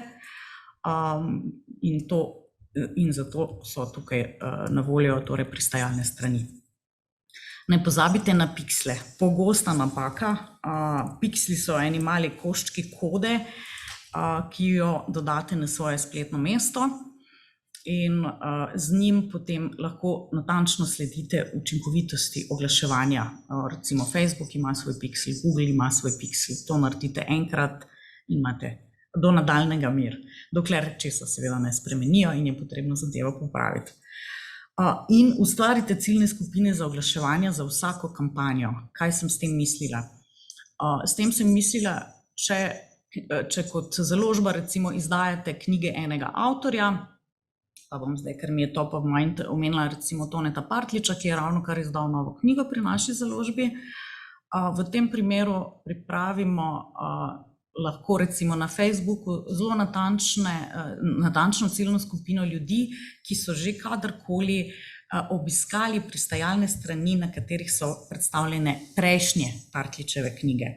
Seveda je veliko večja verjetnost, da bodo ti ljudje kupili naslednjo njegovo, bogdaj, uspešnico. Tako da razmišljajte o ciljnih skupinah, so ključne in seveda jih lahko na Facebooku in na Googlu tudi po interesih ciljate, tako da raziskujte, eksperimentirajte tudi na tem področju. Povedala sem, da nas čakajo še podatki o tem, kje so ljudje na družbenih omrežjih v Sloveniji in to so podatki Valicona, mislim, da so popolnoma zadnji, da je bila zadnja raziskava narejena leta 2018, ampak bistveno se scena ni spremenila, kvečemu je mogoče še malček Instagram zrastel. Tako da jasno vidite po tej sliki, kaj je najbolj pomembno. Facebook, brez dvoma. Facebook ima seveda tudi oglaševalsko orodje Ads Manager, v katerem lahko urejate tudi oglaševanje na Instagramu, ker seveda lastnik Instagrama je Facebook, da je kupil pred nekaj leti za 1 milijardo evrov, če se prav spomnim. Tako da potem pa šele zatem so pa druga omrežja. Twitter recimo ima kar nekaj omejitev pri oglaševanju oziroma je precej drag. Potem Pinterest pri nas pravzaprav sploh ni zanimiv. Je pa tukaj tudi recimo LinkedIn za razne poslovno oglaševanje. Petra, morda, če dovoliš, ker že imamo vprašanje, pa smo rekli, da bomo sproti, ne? Torej, Blaž Jakljevič sprašuje, je torej za vas kot založbo boljše, da mi bralci kupujemo direktno iz vaše spletne strani namesto od distributerjev, na primer Mladinska knjiga in tako dalje? Preprost odgovor bi bil ja, seveda. Tudi zato, ker seveda pri tem potem ves dobiček ostane pri nas, ne? Ni posrednika, ki bi ga plačali, tako da absolutno je to v interesu založbe. Okay. Preprosto vprašanje, preprost odgovor, ja. Okay. Konkretno sem hotela reči. Dobro. Oglaševalske mreže so naslednja stvar, o kateri bi želela govoriti. Zdaj, Google ima, kot vidite tukaj, 6 različnih, torej poleg tega še search recimo. Tako da Google ima zelo široke mreže za različne namene, nekatere delajo v Sloveniji, nekateri še ne, ampak vsekakor vam svetujem, da se izobrazite. Google ima vsa izobraževanja brezplačna glede oglaševanja, tako da na spletu boste našli prav vse, kar vas zanima s tem v zvezi. Tukaj pa naštevam še 2 lokalni mreži, iPromoglas, recimo pa Slopex mreža, obstaja jih pa še seveda en kup, ki jih boste zagotovo identificirali, če boste se v to področje malček bolj natančno spustili. Gremo na tretji segment in to so prisluženi mediji oziroma earned media. Torej, kot sem že omenila, to so neplačane objave, tako v tradicionalnih kot digitalnih medijih, to je publiciteta. In sem seveda ne uvrščamo danes samo množičnih medijev, ki jih poznamo, ampak tudi razne bloge, forume, kjerkoli vas pravzaprav ogovarjajo, upam, da v najlepši luči. Še en zelo pomemben del samega digitalnega marketinga je zastavljanje tako imenovanih smart ciljev, torej ciljev, ki so merljivi. Vsaka od črk v besedi smart, zato tega nisem prevajala, ima svoj pomen. Torej, specific cilji naj bodo specifični, merljivi, dosegljivi, relevantni in časovno opredeljeni. Če se mi zastavimo za cilj, želimo dvigniti prepoznavnost, to ni nikakršen cilj. Želimo dvigniti prepoznavnost tako, da bomo pridobili x sledilcev ali pa da bomo dvignili engagement na naši Facebook strani za 20% v 6 mesecih, to pa je cilj, ki ga lahko merimo. Torej, iz smart ciljev, ki si jih boste zastavili, sledijo potem ključni kazalniki uspešnosti. Evo, to smo prej iskali, KPI. Tako da, ko si zastavite cilj, šele takrat potem začnete glede na cilj iskati, kaj je vaš KPI, kaj je tista številka, ki jo znotraj komunikacije iščete, recimo mesečno, tedensko, kakorkoli že pač. Pa gremo še na prodajni lijak. Tukaj imam eno zgodbico. Mogoče se tako lažje poistovetimo z željami in potrebami naših kupcev. Nazadnje smo tudi mi kupci v različnih situacijah. Torej, Ana je stara 35 let, je iz Ljubljane in potrebuje darilo za praznovanje rojstnega dne njene prijateljice, ki je seveda nocoj in njej se mudi. Ona ve, da je njena prijateljica Manja, ki ima rojstni dan, strastna bralka, zato se odloči, da ji bo kupila knjigo. Ampak seveda se mora še odločiti, katero knjigo in kje jo bo kupila, da jo bo danes do 6 zvečer imela. Pa da vidimo. Tukaj je ena od verzij prodajnih lijakov, našli jih boste na internetu verjetno vsaj 100, ampak vse so zelo, zelo podobne. Gremo po vrsti. V prvem koraku torej kaj? Ana se zaveda, da vaša knjigarna obstaja in je ena od možnosti za rešitev njenega, tukaj sem se zatipkala, njenega problema, seveda.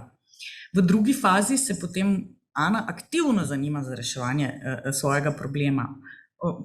Pogleda malček po Googlu, pogleda, mogoče prebere zadnjo buklo in se odloči, katero knjigo bo kupila. In potem v iskalnik seveda kaj? Vpiše naslov te knjige.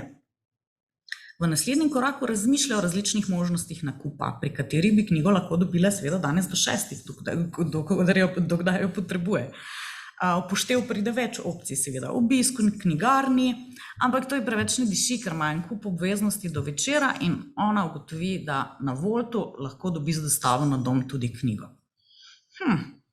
Potem pa preidemo v prodajni del, torej v konverzijo. Ana odpre Woltovo aplikacijo na svojem telefonu, kjer že itak si naroči vsak petek pico, ker se ji ne da kuhati, poišče v njej knjigarno, pozor, 3 knjigarne smo že na Woltu, in naroči izbrano knjigo in kurir jo dostavi v 23 minutah. Zmaga. Zadnji korak, zadržanje. Tukaj je malo bolj problematično, kako Ano zadržati kot stranko, ker kontaktni podatki od Ane ostanejo v tem primeru pri Woltu. Wolt ne sme dajati kontaktnih podatkov naprej z knjigarnam, ampak kako pa lahko vseeno izkoristimo ta njen nakup? Z Woltom se dogovorimo za redne akcijske ponudbe, katerih nagovarja kupce naše knjigarne. Takole, evo, da ne boste rekli, da sem zbrala beletrino, zbrala sem Ljubljana mesto literature kot knjigarno, ki jo najdete tudi na Woltu. Čas je za vaše vprašanja. No, krasno. Zdaj eno vprašanje smo prebrali že kar vmes, sem prepričana, da se bo zdajle vsulo. Pozvala bi tudi ljudi, ki imajo, ne vem, morda podobne izkušnje, so delali kaj podobnega, kot je zdaj predstavljala Petra, se jim je odprla kakšna ideja, kakšna zamisel. Torej, lahko se samo oglasite se nam, pišite nam. Dobro, ta čas, ko pišete, iščete idejo, zbirate pogum, karkoli, bi odprla še eno dimenzijo, ki je Petra nisi zelo izpostavila, se mi zdi pa pri vsem tem tvojem delu, kar počneš, zelo bistvena. Torej, moraš biti tudi vsebinski človek. Ne? Torej, če prodajaš knjigo, kako pomembno je, da jo v resnici tudi prebereš, da jo prebereš in ne samo naslovnico in tisto zadnjo stran, kjer je nekaj o avtorju. Mislim, da je zelo pomembno. Mislim, tako kot pri vsakem delu, pravzaprav, če si s srcem pri stvari, če imaš to stvar, ki jo prodajaš, marketiraš rad, jo boš veliko boljše naredil, kot če je nekaj, pred čimer imaš zadržke. No? Absolutno je pomembno, čisto iskreno povem, ne utegnem prebrati vseh knjig Beletrine, preden izidejo, nažalost, bi si jih želela. Preprosto časovno ni mogoče, ampak... vsaj glavne, ne? Tiste to pa absolutno, močne. Te močne pa absolutno, vsaj prelistati, vsaj pregledati stil pisanja. Nekako tudi se mi zdi, da že znotraj ekipe vemo, kdo je komu najbolj všeč, pa nekako rečemo, to boš pa ti, to pa vem, da je tvoj avtor. Ampak ja, absolutno. Vsebinski marketing je vsebinski marketing, pravzaprav vsak marketing bi moral biti vsebinski marketing. Ne? In tukaj res imamo obsežne vsebine, se pravi, naš izziv ni, da nimamo vsebin, ampak da jih imamo preveč, katero kdaj izpostaviti. Ne? No, ampak kdaj to recimo še pride prav? Ne? Recimo, morda si lahko tudi zelo konkretna. Omenjala si večkrat nagradne igre, ne vem, kako pritegnete nove bralce, iščete pač te nove bazene kontaktov in tako naprej. Kako lahko sploh sestaviš recimo dobro nagradno igro, če ne poznaš vsebine? Ne? Tista nagradna igra je lahko wow, ampak so tiste nianse, malenkosti verjetno, na kateri gradite, ne? Ja, tukaj absolutno, če gremo kako tako zgodbo, je treba zadevo zelo dobro poznati. No. Lahko izpostavim, recimo lani smo imeli v času Slovenskega knjižnega sejma, smo naredili zelo uspešno nagradno igro, v kateri smo podarili Biblos uradni bralnik in tudi pridobili, če se prav spomnim, okrog 2000 kontaktov. Torej, izvajali smo jo pa tako, da smo se dogovorili s Slovenskim knjižnim sejmom, da smo to nagradno igro izvajali na njihovem Facebook profilu. Ne. Zakaj je to pomembno? Zakaj je to pomembno? Zato, ker smo šli izven svojega bazena sledilcev in smo iskali tam novega. In seveda, ko vemo, da Slovenski knjižni sejem je namenjen bralcem, lahko pričakujem, da so njihovi sledilci seveda bralci. In če jih je le nekaj takšnih, ki jih mi še nimamo, v narekovajih še ne poznamo, je bila zadeva seveda zelo uspešna. Ne? Torej, rekla si 2000 novih kontaktov. Zanima me, recimo, jaz nisem iz založniškega sveta še enkrat, ne? 2000 kontaktov, to je verjetno wow za slovenske razmere. Tako, ne? to je zelo lep rezultat. Ja. Kaj pa povprečno, naprimer, pri teh vaših akcijah, pri dobivanju kontaktov, s čim je človek že zadovoljen, da dobimo malo občutka za to, kako to izgleda? Kako to izgleda? V bistvu, tako je, mi imamo zelo hvaležen material, bom rekla, ne? Material v smislu imamo tako tiskane knjige, kot e-knjige, kot bralnike, ne? Tako da pokrijemo zelo široko publiko bralcev. In to se mi zdi ključno, no? Da imamo dober nabor in da ga znamo dobro predstaviti, ker bralci pravzaprav so zelo hvaležni. No? Bom rekla, glede na svoje izkušnje v drugih branžah je tukaj veliko več pohval ali pa zahvaljevanja. Recimo Aleksandrijski kvartet, pa tam to je fandom, to so oboževalci. Ne? Kaj takega mogoče vidiš kje v glasbi. Ne? To se je tudi dobro prekrilo z novo tisto, mislim, da je bila HBO-jeva nadaljevanka, Darrells. Tako. Imamo vprašanje. Vanja Jazbec. Pozdravljeni, odličen uvod. Vprašala bi, kaj bi svetovali popolnoma novi založbi glede marketinga. Kateri naj bi bili prvi koraki na področju oglaševanja, da pridobi prepoznavnost? Zdaj, čisto prvi korak je, hvala za vprašanje najprej, čisto prvi korak je narediti svoje spletno mesto, torej začeti tam, kjer smo se prej pogovarjali o tako imenovanih owned oziroma lastniških medijih. Lahko pod vprašanje. Kako dobro moraš ti poznati orodja? Ne? Zdaj, recimo, ti mi zelo tako z lahkoto rečeš, torej spletno, ne, knjigarno, ampak to za nekoga, ki se loteva, je verjetno nepredstavljivo. Torej, koliko ljudi potrebuješ, da ti pri tem pomagajo, kako drago je to pravzaprav? Vse je odvisno seveda od zahtev. Da se narediti spletno knjigarno za 2000 €, da se jo pa tudi za 200 000. Tako da bom rekla... No, ampak ta 2000 je že tisti osnovni vložek, ki ga... Tako je neka res osnova. Ja, seveda rabiš ekipo, ne? To so specifična znanja, tako da zelo dobro je imeti dobrega vodja projektov, ki zelo obvlada izvedbo spletnih strani, ker gre za obsežen projekt. Potem je zelo dobro, da imaš človeka, ki izrisuje tako imenovane žične modele oziroma wireframe. Naslednji korak je potem oblikovanje teh wireframeov, če si predstavljate. Wireframe pomeni, da izrišejo module, kje bo stalo to, kje bo košarca, kje bojo meniji, tam. In ko se okrog tega vsebinsko uskladimo, in naslednji korak je potem dizajn. In še en korak je vmesni, o katerem bo pa jutri kolegica Maša malo vrh govorila, in to je spletna dostopnost. Zelo zanimiva tema. Zelo zanimiva in zelo široka tema in precej zahteven proces. Tu se pa dejansko testira vsak modul, posebej testirajo pa ga invalidi, ki uporabljajo spletno mesto. Torej dobimo res eno konkreten feedback, kaj izboljšati, kje poenostaviti. Torej danes se res misli že na to, da je vključujoča vsaka spletna stran. Tako, imamo tudi zakon, ki to zahteva pri javnih organizacijah. Zdaj, nekoliko sem te prekinila, tudi spet vprašanje, Vanja Jazbec, zelo konkretno, ti prvi koraki na področju, zdaj mi dva sva zdaj pri prvem koraku. Tako, torej prvi korak absolutno spletna knjigarna, potem bi vam vsekakor svetovala, da že takoj na prvo stran spletne knjigarne vključite možnost pridobivanja kontaktov, torej vpis v vašo e-poštno bazo. Kje oglaševati je bilo, mislim, da tudi eno od vprašanja, ne? Pod vprašanjem vmes. Prvi koraki na področju oglaševanja da pridobi prepoznavnost. Torej, a je spletna knjigarna že področje oglaševanja v bistvu? Ne. Tudi? Ne? Ja, mi dejansko oglašujemo zato, da ljudje pridejo v našo spletno knjigarno, ne? Pa mogoče na tem mestu, da izkoristim nekaj, o čemer še nisem govorila, in to je remarketing. Torej ponovni marketing ljudem, ki so že obiskali vaše spletno mesto. To je, zakaj ljudi vodimo. Ljudem je včasih vprašal, ja pa zakaj mi ne oglašujemo, ne vem, Facebook eventa, vsega občasno. Ampak zato, ker je bolje za nas dolgoročno, da mi oglašujemo preprosto z neko sliko in vabilom in človeka pripeljemo to, kar sem rekla prej, na pristajalno stran. Zakaj? Ker ko enkrat človek vstopi na naše spletno mesto, takrat ga te že omenjeni piksli ga pograbijo, ga vidijo in ga lahko uvrstimo v tako imenovano remarketing bazo, kar pomeni, da lahko samo oglašujemo izključno tistim, ki so že kdaj obiskali naše spletno mesto. In tukaj lahko gremo precej natančno, do same strani in tako naprej. Tako da, kar se tiče oglaševanja, bi še mogoče na to temo, pri začetku gospa Vanja je bila, ne?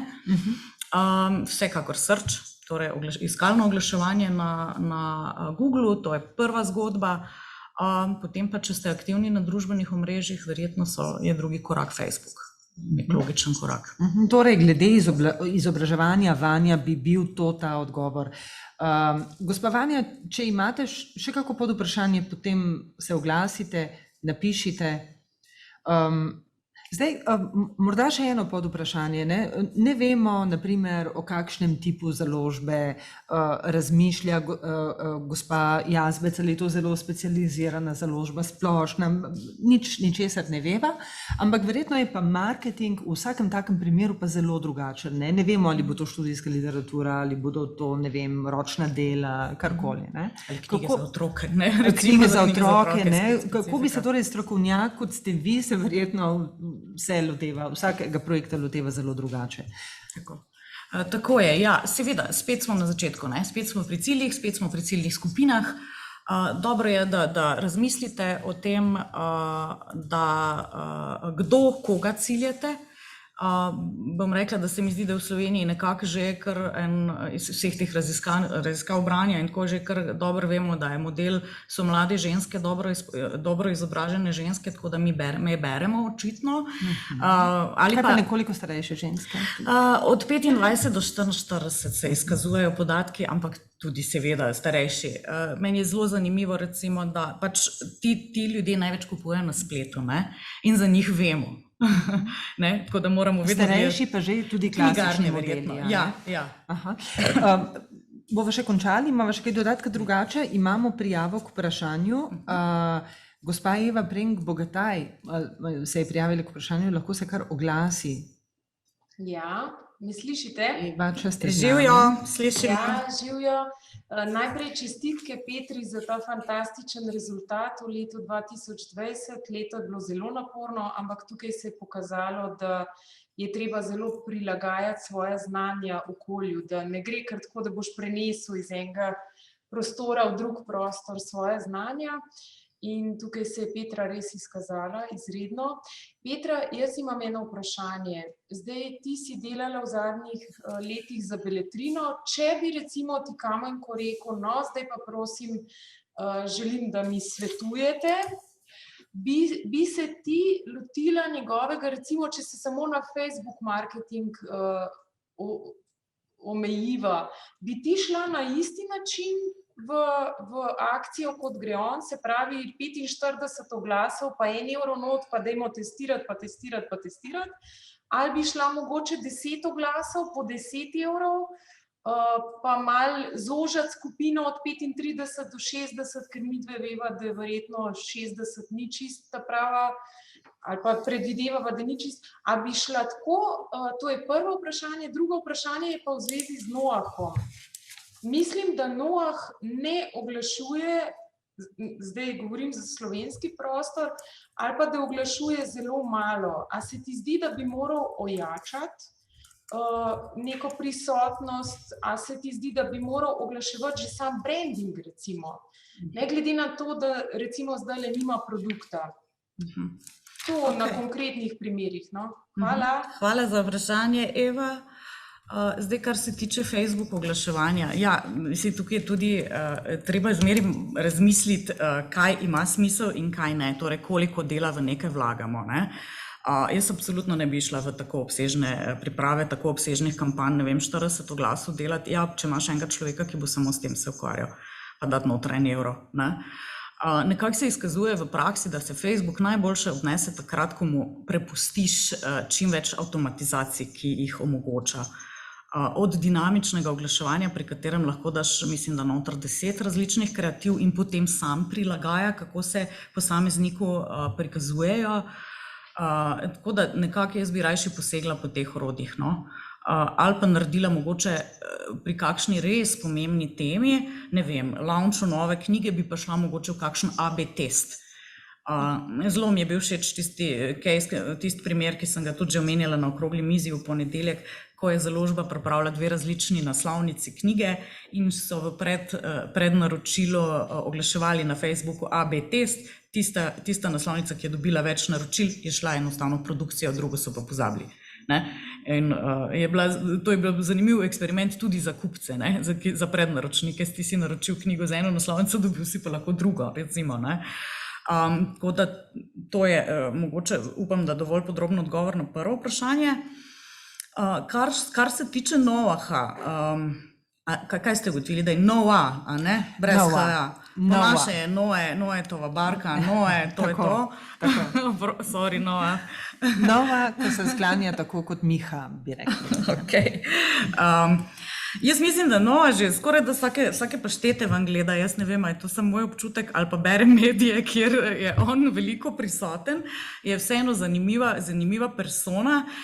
In jaz mislim, da on svojo prepoznavnost zelo dobro pelje preko publicitete. To se mi zdi, da ni tukaj zdaj neke ne škodi, tako bom rekla, ne? Če ti samo založništvo izdaš knjige, ne škodi, če jih ti non-stop oglašuješ, non-stop nekaj na tem delaš, ker seveda si tudi želiš prodajo neprestano, ne? Zdaj pa, kaj bi Noah lahko oglaševal, razen svojih knjig, mogoče kakšne tečaje, verjetno vem, da je včasih poučeval pisanje v angleščini in tako naprej, kaj takega. Sicer pa se mi zdi, da on to preko odnosov z mediji zelo dobro skrbi za svojo osebno znamko. Verjetno je za vas kar recimo nočna mora, če imate sjajno knjigo, avtor pa ne želi nastopanja v javnosti. Kakšen je pa potem marketing v takšnem primeru? Ja, potem pač ostaneš pri oglaševanju, ne? Nimaš pravzaprav Klasika, drugega. klasika. Tako, in recenzijski izvodi in potem pač kaj novinarji napišejo o tem, ne? Tako. Gospa Vanja Jazbec ima pod vprašanje in se vam zahvaljuje za odgovor za prej. Vprašala bi še tole. Včeraj je gospa Fleischhacker, se spomnimo, Petra, tebe ni bilo, govorila o navzočnosti knjig na TikToku, o BookToku, torej videli smo lahko tudi različne primere, torej promocije na BookToku. Ali slučajno poznate primer, da bi se to že preizkusilo v Sloveniji? Oziroma, ali mislite, da je oglaševanje preko tega družbenega medija potencialno, torej uspešno, zanimivo tudi za Slovenijo? Poznam teenagerje, ki preživijo na TikToku preveč časa. Točno to je bila moja prva misel, ne? Če prodajate knjige za to ciljno skupino, zakaj ne? Če ne prodajate knjig, ki so namenjene mladim, ki pač prevladujejo na TikToku, potem pa ne. Hkrati pa vsekakor razmislite o tem in se pozanimajte, koliko ima TikTok dejansko uporabnikov pri nas. Zna biti, da bo tukaj padla ven zelo, zelo majhna številka in boste rajši svoje sile uperili proti Facebooku, ki je pač najbolj množičen. Tako da zmeri treba nekako poiskati paralele in se odločati, kaj je tvoja ciljna skupina. Spet smo pri ciljih in ciljnih skupinah. To, kar si že zelo razdelala. No, seveda je TikTok nedvomno zanimiv za pridobivanje te mlade, nove publike, ki je vsem pravzaprav etabliranim ustanovam, predvidevam tudi v založbah, še vedno čista uganka. Kako se ti tega lotevaš? Torej, teh mladih, ki bodo kupno moč dobili čez, ne vem, recimo nekaj let, zdaj pa še, ne vem, raziskujejo, gledajo, ustvarjajo na nekih platformah, ki se jim mi lahko samo čudimo, ne? To je res. Tudi res je, da se platforme pojavljajo in ugašajo, ne? Velikih je bilo, tudi Google je poskušal nekako narediti neko svoje omrežje večkrat. Nažalost neuspešno, ker pač Facebook povozi vse ostale. Ne? Too little, too late, se reče. Torej, Facebook bo v prihodnosti kupil TikTok. Ne bomo videli, tudi to se zna zgoditi. Po vzorcu Instagrama, če sklepam, zakaj ne? Skratka, kako se tega lotiti, začeti razmišljati oziroma se pozanimati, pregooglati, poiskati podatke in številke vam bodo vse povedali. Številke ne lažejo. No, Vanja je bila verjetno tako impresionirana nad tistim TikTokom, tudi jaz sem bila, ko vidiš to dinamično predstavitev, oglaševanje, vidiš mlade ljudi, kako pravzaprav živijo s temi knjigami, ne? Tako da verjamem, da je zanimivo. A imamo še kako vprašanje, ker če ne, se pa bližamo torej žal koncu tega zanimivega dopoldneva. Če je še kako, prosim, zdaj je še priložnost, še nekaj časa, torej ne dvomim, da lahko Petro poiščete tudi še prek kakega drugega kanala, ampak zdaj je priložnost, pa vsi bomo slišali kako zanimivo in relevantno vprašanje. Ampak zdaj, po mojem, so ljudje že pričakujejo, da bomo sklenili.